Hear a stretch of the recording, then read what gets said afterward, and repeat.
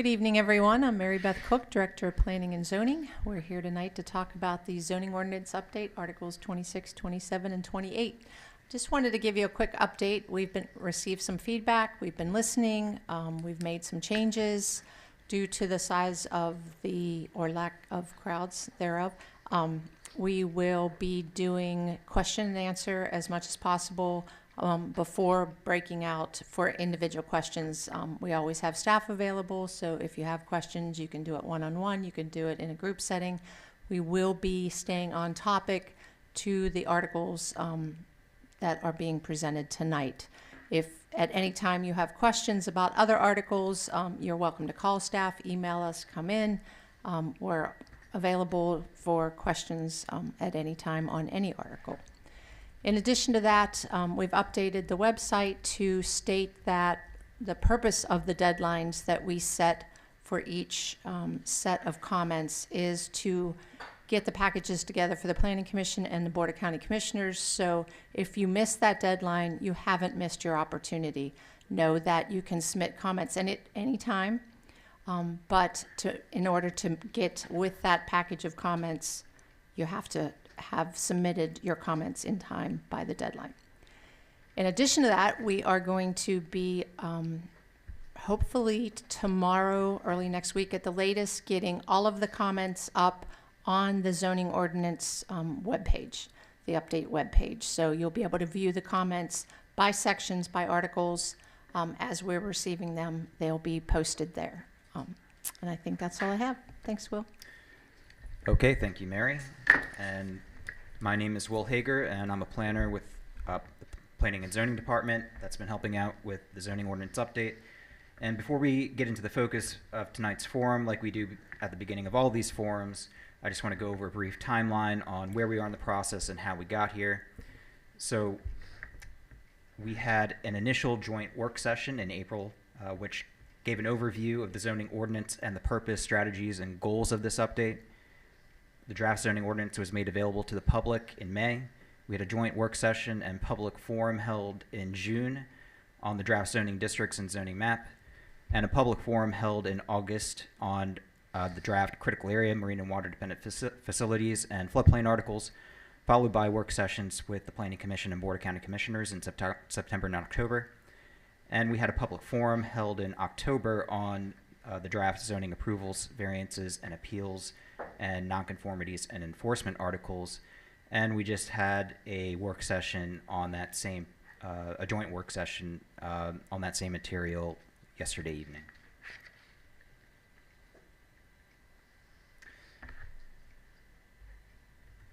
And since the first public forum, planning and zoning staff have met with a number of representatives from several organizations as well as with individual citizens to discuss the proposed changes in the zoning update, and we'll continue meeting with groups and individuals throughout this process when requested.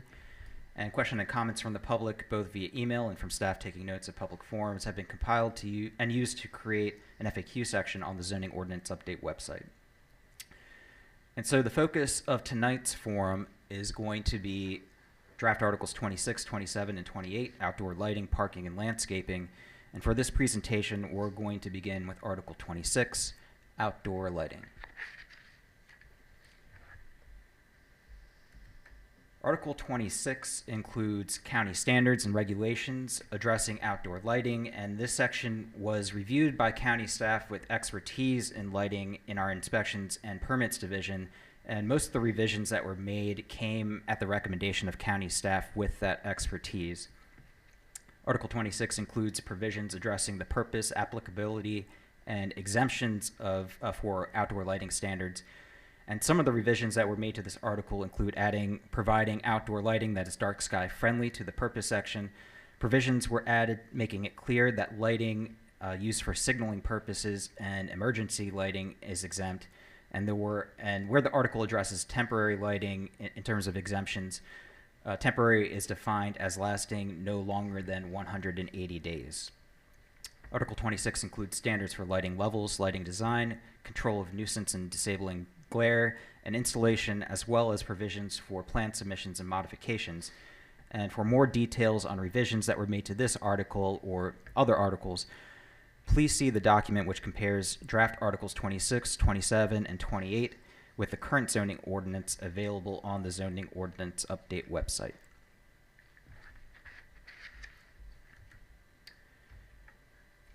Draft Article 27, Parking. This article includes provisions for the location of off-street parking and design standards, minimum required parking spaces for specific uses, shared parking and off-street loading facilities, bicycle parking and electric vehicle charging stations, and commercial and recreational vehicle storage. And before we get to the next slides, one revision that was made to this article that might be worth mentioning, what wasn't included on a slide, a provision was added that all required off-street parking facilities must have an internal pedestrian circulation system that allows for safe passage between parking areas and any public sidewalk and the use it serves. The draft parking article includes provisions addressing design standards for parking structures which have been added to the draft zoning ordinance. These include things like requirements that parking structures be designed to minimize blank exterior walls and mask interior ramps through architectural detail and/or public art and landscape. Decorative fencing and landscape is required to screen parking spaces on the ground floor, and vehicular clear sight zones shall be included at vehicular exit areas.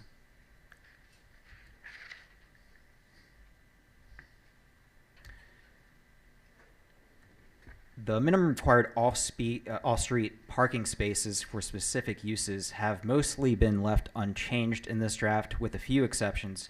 An example of one of those exceptions where the requirement was revised is for the minimum required parking spaces for places of worship. Under the current regulations, the requirement is 1 parking space per 4 seats of maximum seating capacity in the main assembly hall and 1 space per 200 square feet of the parish hall, whichever is greater. There were planning and zoning staff that did not believe that this was sufficient, and that there are buildings considered accessory to the main assembly area that weren't part of a parish hall, like gymnasiums, for instance, that were falling through the cracks and not being included in this calculation.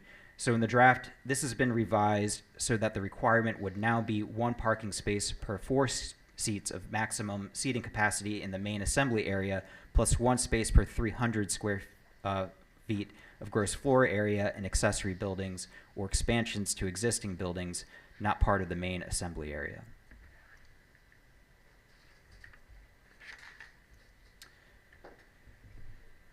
Off-street loading requirements. This section has been revised.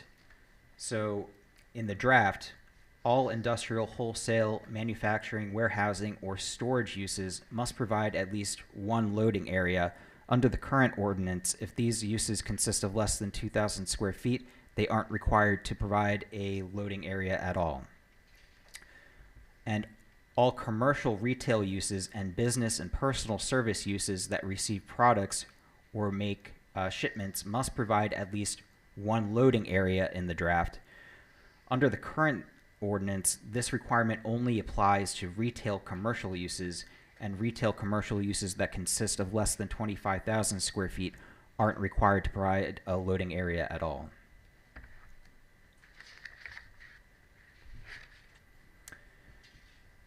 So, parking reductions. Section 6-301E from the current zoning ordinance was not included in the draft zoning ordinance. This section states that in regard to non-residential parking, that the Planning Commission Administrator may allow up to 15% of the required number of parking spaces to be reserved for construction in the future and or designated as overflow parking. Furthermore, the policy from the current zoning ordinance is that an administrative variance can be requested to reduce the required parking up to 15% if the site cannot accommodate the additional parking spaces as required by Section 6-301E. In the draft zoning ordinance, an administrative variance may still be requested to reduce required parking for non-residential development by up to 15%.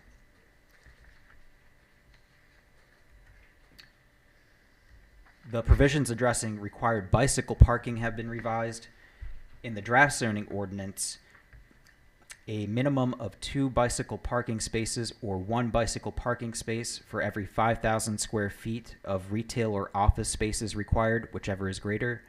A minimum of 2 bicycle parking spaces or 1 bicycle parking space for every 2,500 square feet of institutional spaces required, whichever is greater. And a minimum of 1 bicycle parking space for every 5 dwelling units in a multifamily residential development is required. These provisions would replace the current requirements, which are that bicycle racks with a space for a minimum of 10 bicycles are required for every 100,000 square feet of retail space, every 50,000 square feet of office space, and every 50 units of multifamily. So this revision would be strengthening these requirements a bit. Are you allowing us to ask questions as we go along, or would you rather begin? Would it be easier to wait till the end? Yeah, if you could just wait for the end. I can go back to a slide if there's a particular I just have slide. to try to remember all the questions as we go. So moving on to electric vehicle charging stations. The provisions addressing electrical vehicle charging stations have been revised. Under the current zoning ordinance, an incentive to reduce the required number of parking spaces by 2 spaces is available for parking areas requiring 50 or more spaces when an electric vehicle charging device is provided to serve a minimum of 2 vehicles.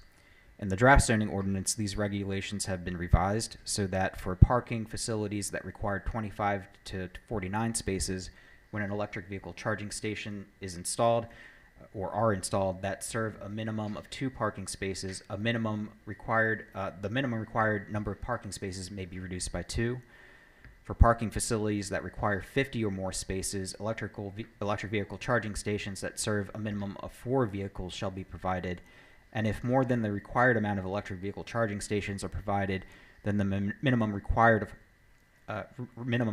number of parking spaces may be reduced by the amount of parking spaces that can be served by the additional charging stations, not to exceed 10% of the minimum required number of parking spaces. And there are other approaches that you could take for these kind of requirements. A different approach might be to have a certain percentage of the required parking spaces be dedicated to electric vehicle charging stations for specific uses. And I don't know what the right percentage would be, just throwing some numbers out there, but maybe something like 10% of the required number of parking spaces for multifamily residential developments, maybe 5% for grocery stores, etc. Maybe some uses are exempt from the requirement. So there are multiple directions you could take if the county decides it wants to have some kind of requirement. But before we get into the weeds, really, with going down the road of that, I think what we're really looking for is some feedback on whether having a requirement is something the county wants us to pursue on a concept level.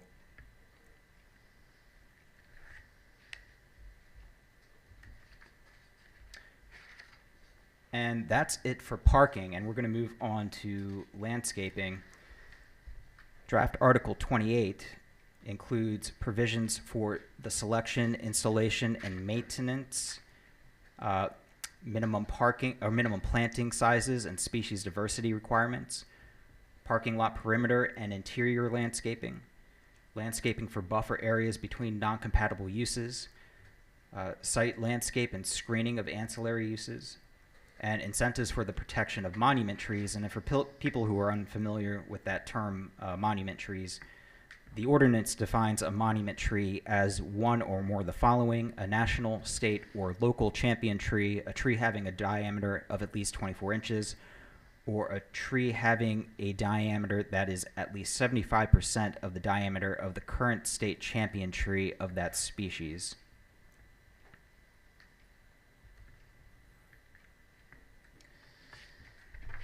Species diversity requirements have been added to the draft zoning ordinance. These requirements are all new. Diversity among required plant material is required for visual interest and to reduce the risk of losing a large population of plants due to disease. Table 18-1 plant diversity requirements indicates the percentage of diversity required based on the total quantity of species being used.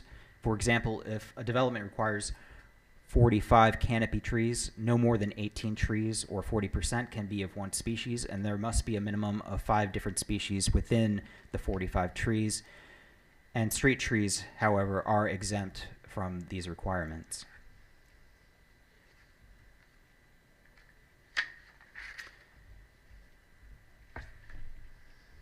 Parking lot interior landscaping requirements have been revised in this draft zoning ordinance. So all parking lots of 16 or more spaces are required to have parking lot interior landscape in the draft. In the current zoning ordinance, landscaping is required within parking lots having more than 25 spaces, and parking lot islands landscaped with trees are required between every 8 parking spaces in a continuous row in the draft. In the current zoning ordinance, an equivalent of 1 parking lot island landscaped with trees is required for every 20 spaces.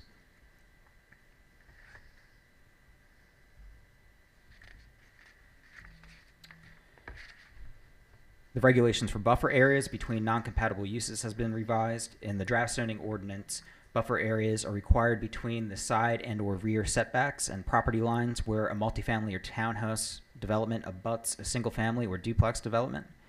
And buffer areas must be a minimum of 20 feet in width, and 1 canopy tree or evergreen tree shall be planted for every 40 linear feet of buffer area length. 1 understory tree must be planted evenly spaced between canopy or evergreen trees.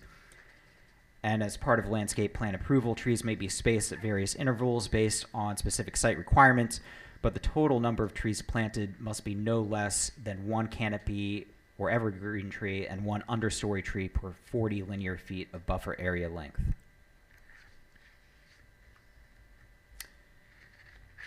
And where a non-residential use is adjacent to an existing residentially used property, a property with an active residential building permit, or property with a non-compatible use, the buffer areas shall be a minimum of 40 feet in width, and 2 staggered rows of evergreen trees are required within the buffer area. And as part of the landscape plan approval, same as earlier, trees may be spaced at various intervals based on the specific site requirements, but the total number of trees planted shall be no less than 2 per 40 linear feet of buffer length. And in the draft zoning ordinance, there are additional provisions for the design of all buffer areas. Evergreen shrubs must be planted and spaced sufficiently to form a continuous linear hedgerow at plant maturity, and existing mature, native, and healthy trees in the buffer area may count towards the buffer area tree requirement. This credit is on a 1-to-1 ratio.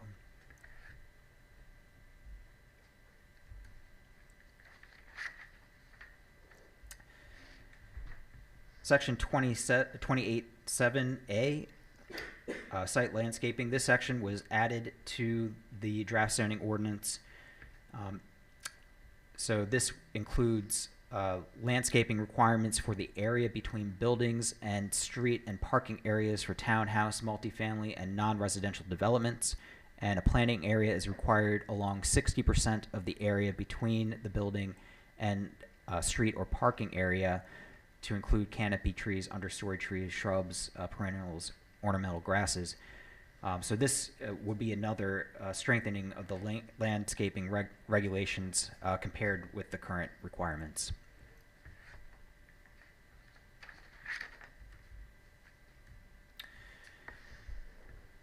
And the street landscaping section has been revised in the draft. Under the current zoning ordinance, the street tree planting requirements for residential and non-residential development differ slightly. Under the proposed draft requirements, they are more uniform, and it is made clear that tree plantings are required on both sides of the road. And the following provision has been added to the draft zoning ordinance: tree species that bear fruit or nuts are prohibited. And there are incentives to incorporate monument trees within required landscaping in this article, but the following provision was added to ensure their protection throughout the entire county. If a monument tree is removed without permit approval, it shall be considered a violation, and a fine of $10,000 may be imposed for each violation.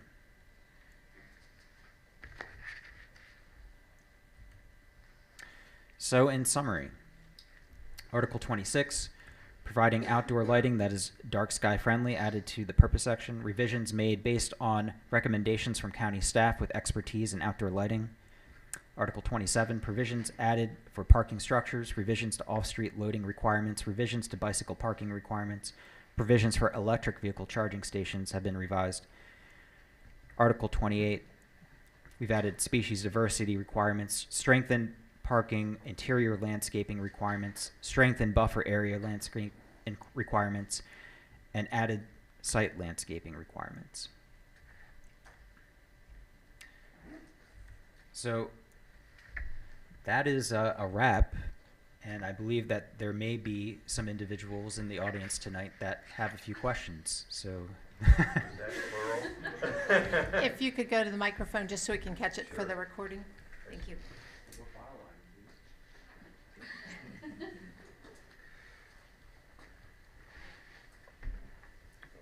This isn't an easy razor. Okay, I guess. Okay. So, with regard to bicycle parking at commercial places, is that like shopping areas and grocery stores and things like that? Those should all have them in the new ordinance? Is that also in the old ordinance? yeah, I believe it would be anything that would fall under commercial retail in our use chart. And yes, I believe that the requirement is slightly different. It's a little stronger in the draft. Okay. And I guess if it's a shopping center like, where Weiss is, can they share? They can share a bike rack, for instance?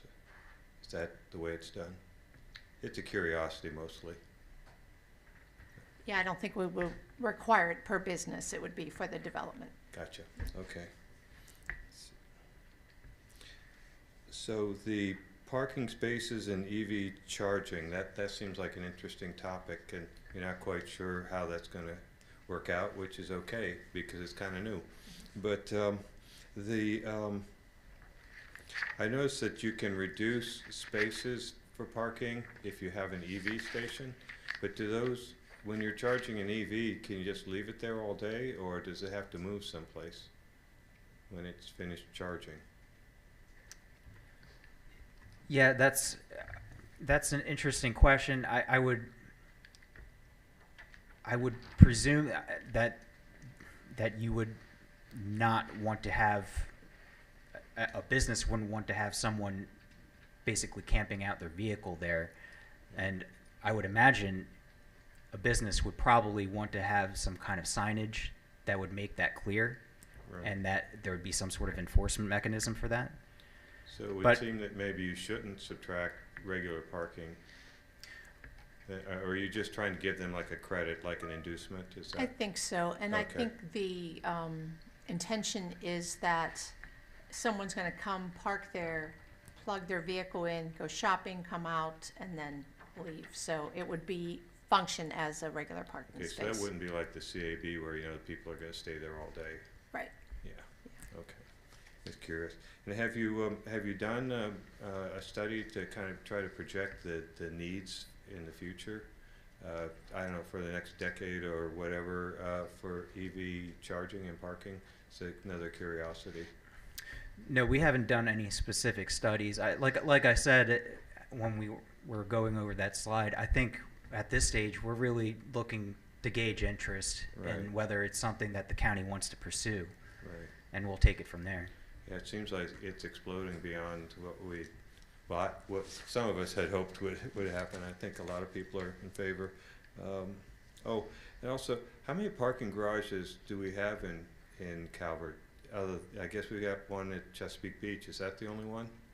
There is a private one at Market Square. There's some underground parking under one of the buildings there, but that's the only one that I'm Okay. aware of besides the I beach, guess it is. But it's possible that there could be more, I suppose. potentially. So I noticed that you've added a lot more trees to a lot more places. Of course, I'm in favor of that, but I was curious as to what induced us to do that. Is there state regulations, or you just think it's better, or? We have a lot of staff that are very much in favor of trees, and the more trees, the happier they are. Good. So yeah, that's kind of a reflection of our staff, I think. Okay. I think that's about all I have, and I think that landscaping diversity thing is a really wise thing to do too. I think that's all I've got. Thank you. Thank you. We have a question online. Go ahead.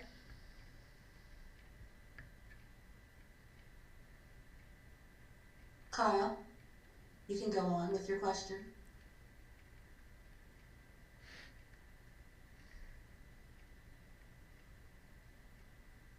You see, you've unmuted Kyle, but we cannot hear you. Kyle, are you there?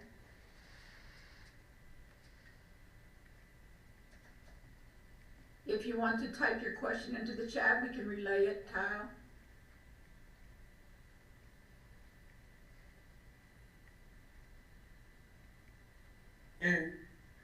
Hello, can you hear We me? can hear you now. Okay, thank you, ma'am. Sorry about that. I had some questions regarding Article 26 in the outdoor lighting.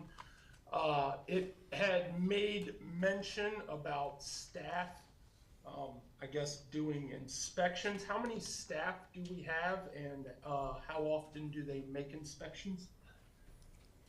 So the inspections would be done by the inspectors and inspections and permits. We have 2 electrical inspectors, 2 building inspectors, and a plan reviewer who I believe are all qualified. The inspection would only be done at construction to make sure that it's compliant.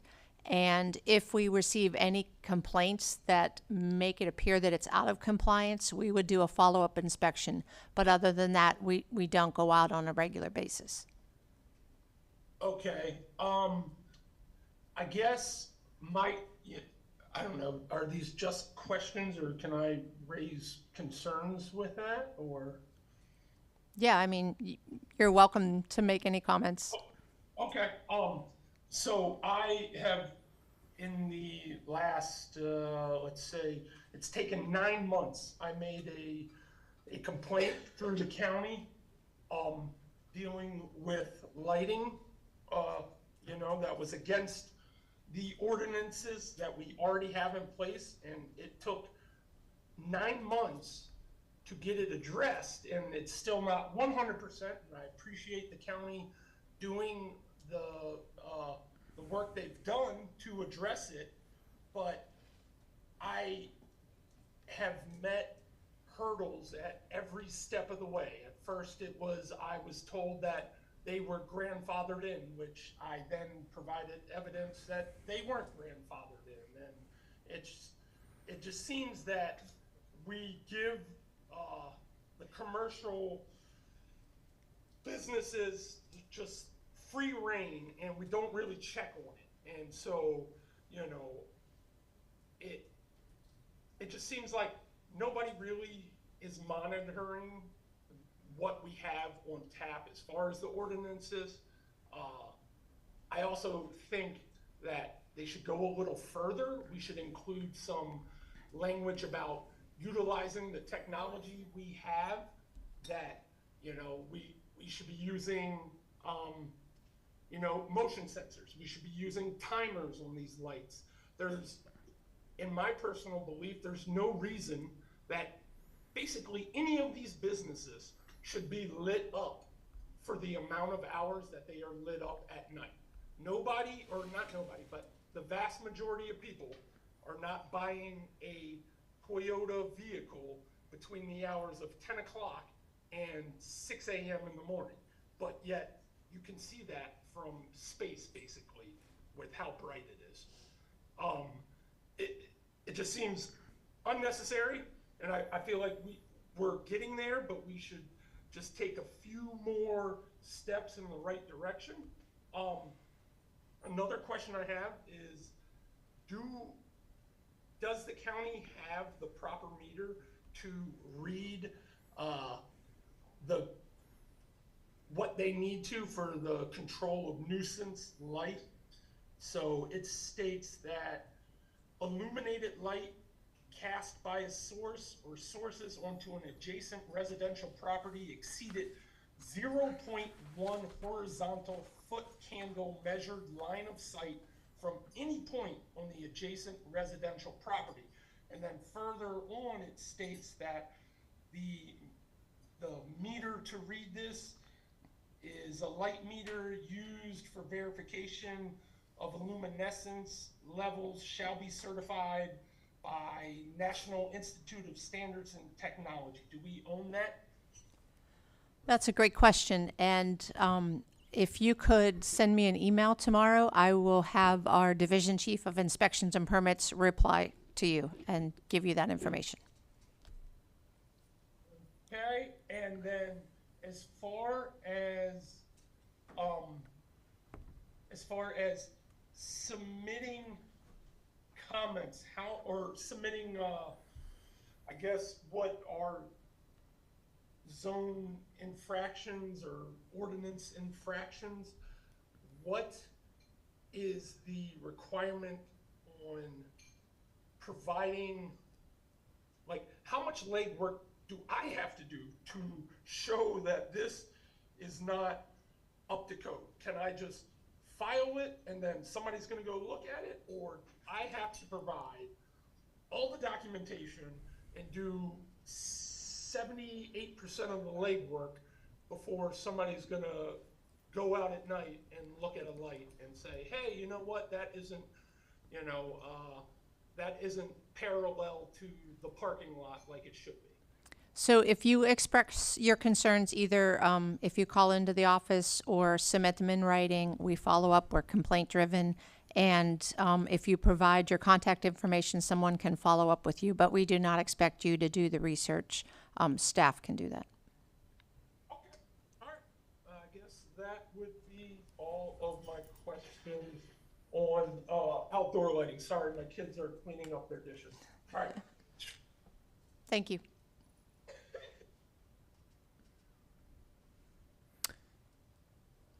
Any other questions out there? We have no other hands raised at this time on Zoom. Okay, well, I guess I can proceed to the closing slide if everyone is agreeable to that. So our next public forum is scheduled for December the 14th, and the public comment period for this round of articles 26, 27, and 28, if you could please get those comments in by December 1st so they can be included in the package that goes to the commissioners for the next work session. We would appreciate that. And you can submit your comments to zoupdate@calvertcountymd.gov. And there's your contact information for myself and Rachel. And I believe that that's a wrap. Thank you very much. Have a good evening.